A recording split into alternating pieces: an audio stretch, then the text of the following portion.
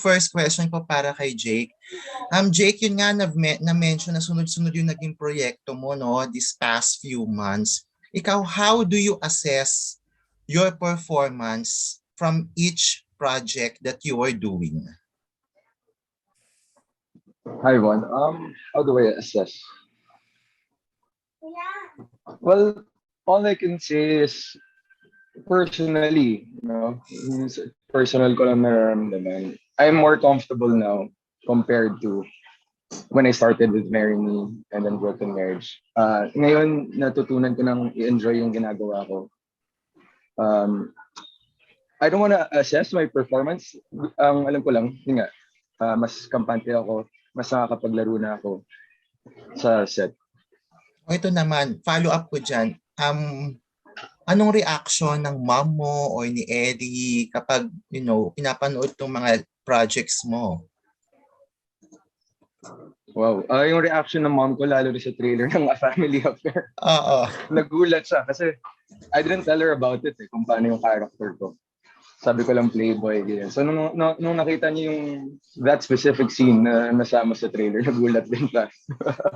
But she's excited kasi nga talagang kakaiba tong si Seb Estrella. Is this your most daring role yet? Itong sa Family Affair? Kasi grabe yung pinakita sa trailer eh. Oo. Definitely. Compared to the past two characters, mas emotionally demanding din yung script na to compared to the past two. Ayan ako. Thank you so much, Jake. We're looking forward pa sa mga pasabog mo dito sa Family Affair. Siguro yung next question ko naman ay para kay Jameson. Hi, Jameson. Jameson, napansin ko ever since you won Best Supporting Actor more than 5 years ago for Too Cool to Be Forgotten, parang yung mga roles na nabibigay sa'yo, it's a mix, pero more on the dark side. Yung mga dark roles, diba? Yung ngayon at kailanman. Then ito naman, finally, itong A Family Affair, you're into, tackling mental health. So based on the roles that you have portrayed in the past, giving this kind of premise, what have you learned from this kind of situation and condition, particularly sa mga kabataan na katulad ninyo?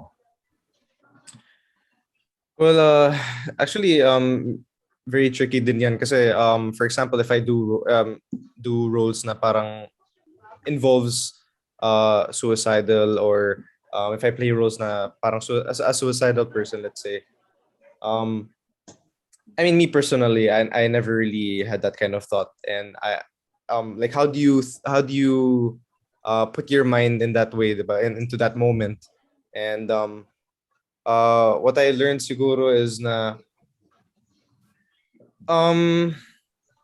hirap din sabihin kasi it's I'm playing fiction eh, pero like when I'm doing those kind of scenes, I'm happy na I get to the moment fast. I imagine myself, what if I'm really doing this, and I think about how, I mean, I would say na parang, of course I'm thinking about my family, I'm thinking about my friends, and that also boosts it. And yun lang, what I've learned siguro is na wala, challenging lang talaga, but then out of all the roles I've played and na similar to that, I enjoyed it naman kasi it made me explore more on how an actor is supposed to think.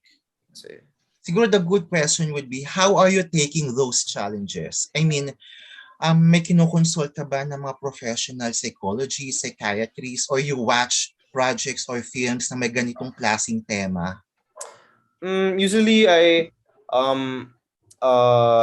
like to go on media, or like, for example, like Reddit, I read people's stories, and I see what they go through, and yung mga ganyan. Oh yeah, I also watch, I even have like some friends that they vent out, and I'll try to be the person to talk to them. So that's where I maybe pick up some thoughts, parang ganun. That's good na ini-immerse mo rin yung sarili mo. No? Yes, po. Thank you so much, Jameson. Thank you. Thank you, MJ. Fortunate. I mean, kapag naman may dumalating na na offer or project, syempre, I always take it as a challenge, and I take it as an opportunity to, better my craft, to learn from my co-actors, lalo na ngayon kasama ko, di ba, sila Sam, Jameson, and Ivana. Malaking factor din yun kung bakit ko tinanggap yung project na to. Kasi yung nga sa set namin, nakaka-inspire sila katrabaho. They make me want to elevate my craft din. Yeah.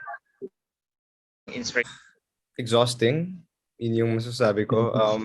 It's not, syempre, playing roles na, for example, playing heavy scenes, or like doing emotional scenes, syempre, yung preparation, you really have to prepare for it. And since parang may additional somehow, since I'm going through something sa playing Drew as my character, syempre I have to put more effort into it. I have to really focus lang talaga to stay in the moment. Like, kasi ako as a person, I get distracted easy. So, gusto ko talaga na parang, I just want to stay in the moment lagi as much as possible. And, but I always, at the same time, enjoy. Kasi I enjoy playing roles like this actually. So, yun lang po.